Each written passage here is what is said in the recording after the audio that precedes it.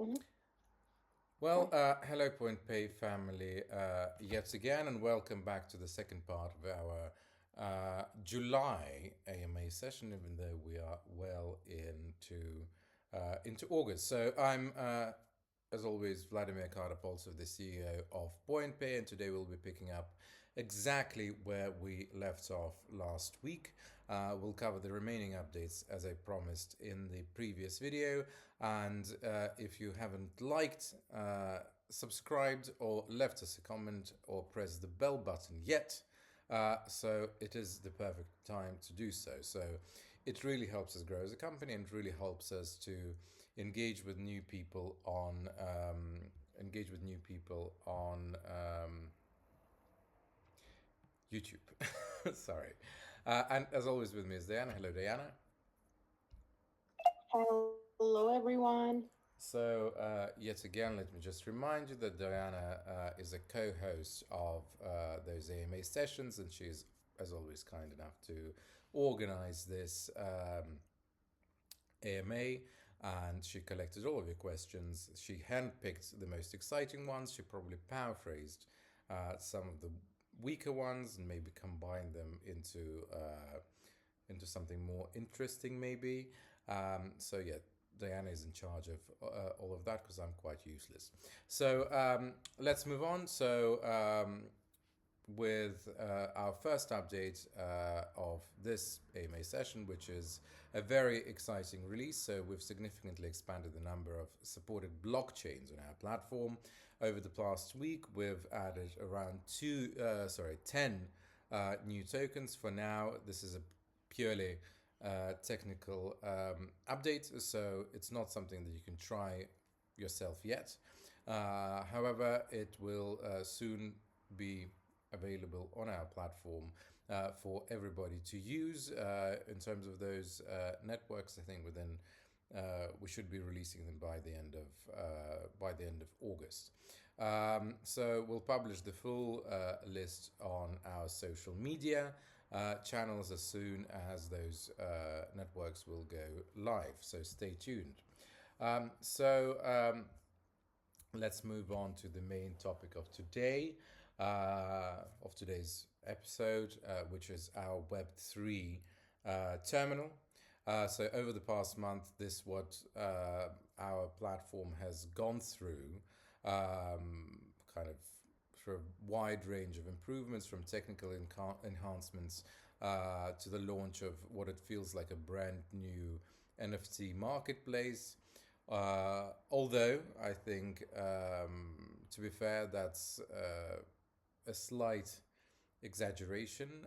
It's not an entirely new product, but rather a major update and migration of our existing solution that existed before. So we've just improved the front end, so the visuals, etc., and fixed a couple of new bugs and kind of added a couple of new exciting features. But overall, it is the same old product that we have significantly improved and given a facelift.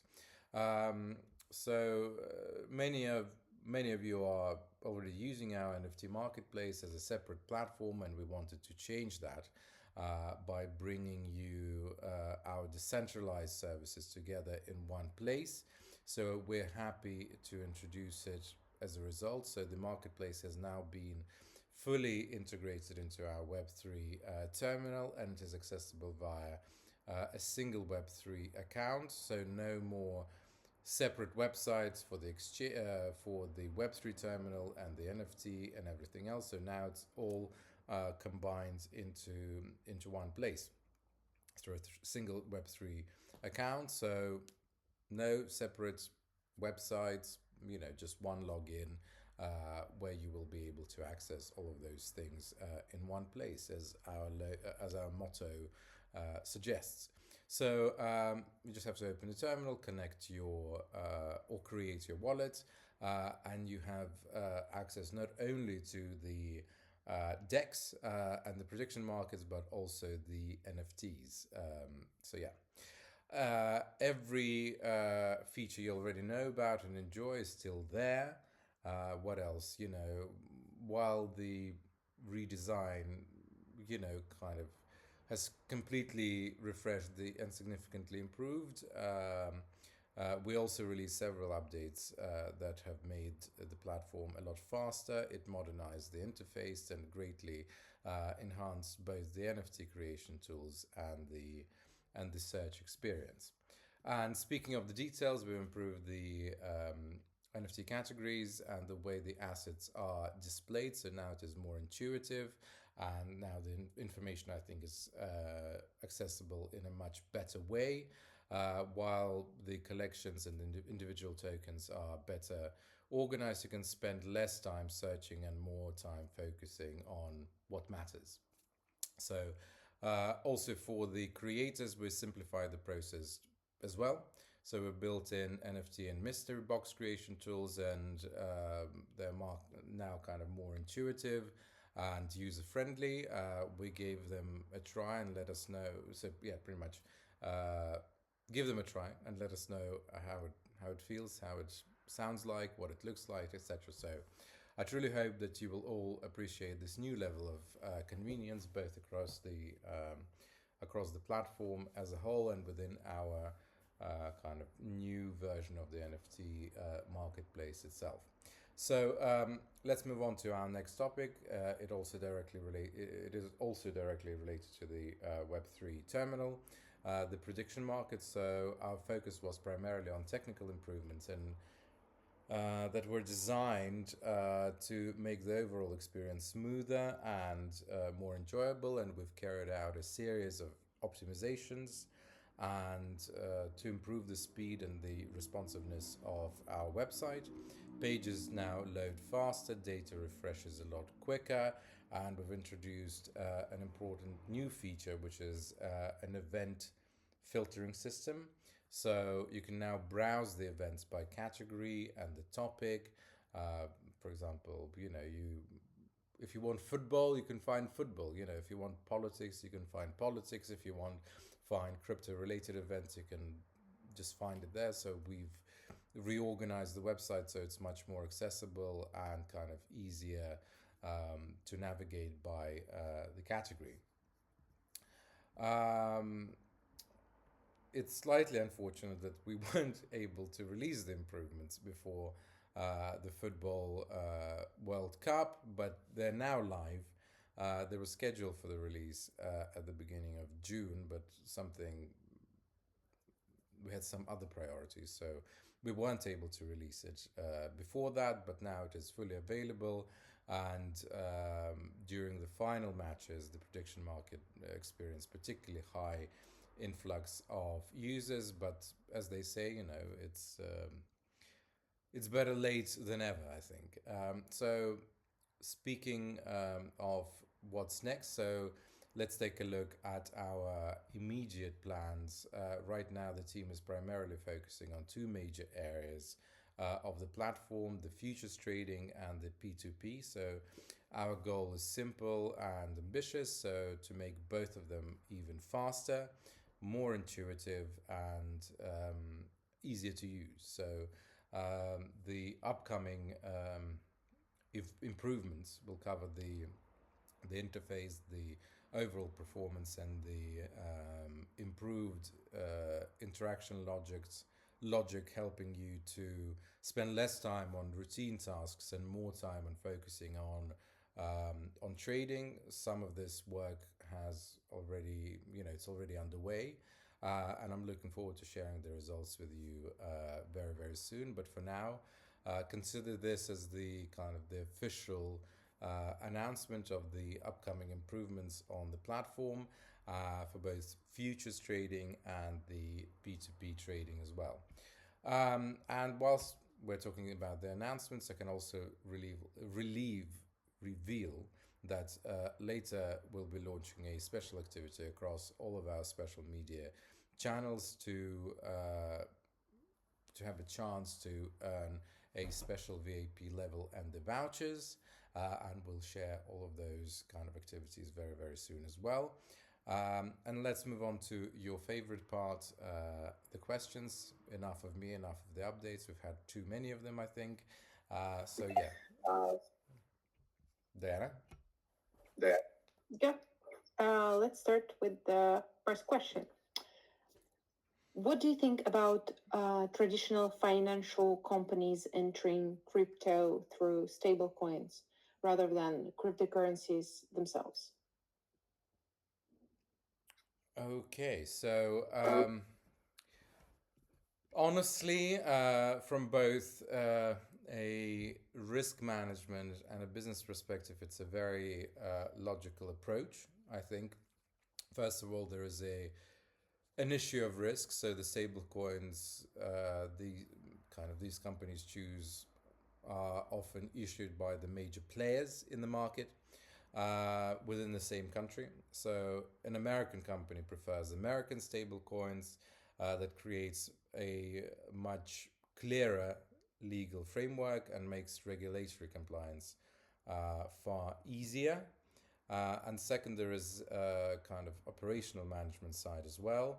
Integrating cryptocurrencies into existing kind of financial systems is already quite challenging in itself, so it becomes an even more complicated when your primary currency, such as the US dollar, for example, doesn't move in line with something like the Bitcoin or the Ethereum. So the constant price fluctuations, uh, changing exchange rates, and ongoing conversations create kind of unnecessary complexity, I think. So, why deal with all of that when you kind of stable coins are tied to your own currencies and can eliminate most of those issues? So, it doesn't really make sense.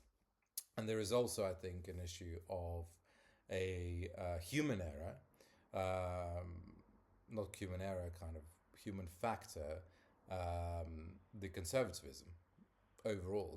The financial industry is incredibly conservative. So many leadership teams are made up of highly experienced professionals who didn't grow up with crypto, and for them the cryptocurrencies still represent something new and familiar, and stable coins act as a bridge familiar to kind of practical and uh, capable of combining many strength of both the traditional finance and the crypto world, I think. So I think this is why so many companies choose stable coins before they move into kind of the cryptocurrency market in itself. Okay, moving on to the second question. Why do futures user levels only offer commission discounts while spot levels also include withdrawal fee discounts? Um, Withdrawal fee discounts. So the spot levels are the spot levels are designed for a typical PointPay user. So someone who works with real cryptocurrencies on daily basis, and they hold assets, trade them, withdraw them, stake them, and regularly move funds in and out of the platform. Uh, for this type of users, kind of the deposits and withdrawals are part of their everyday experience. So offering kind of withdrawal discounts makes a perfect sense for us. Futures, kind of users who use futures are quite different in their profile. They are often professional traders. They trade every single day. So the kind of the profile is a lot different. So they usually deposit funds, they trade actively and a lot more frequently, and they withdraw and deposit large amounts less often. So, of course, kind of they would appreciate lower withdrawal fees as well, but I don't think it's part of their primary priority. What matters most to them is reducing trading costs. That's why we deliberately choose to focus on an even greater commission discounts instead of adding withdrawal fee discounts, if that makes sense. So it's kind of different profile of crypto traders. Okay, and the last question for today is Are there any plans to add tokenized stocks to PointPay? Yes, I think it is most certainly possible, provided they're available as freely and as transferable kind of as the regular tokens. You know, on one of the major blockchain networks that we already support. If adding them requires us to work directly with a specific exchange and integrate with a proprietary blockchain under its own terms, probably the answer would be no. But if it becomes incredibly popular in the market, you know, we will consider adding them to our platform as well. But at this current stage, you know, it's still too early to give a definitive answer. The tokenized stock market is evolving very, very quickly, and there is still kind of quite a lot of regulatory uncertainties and integration uncertainties as well, and tax uncertainties as well.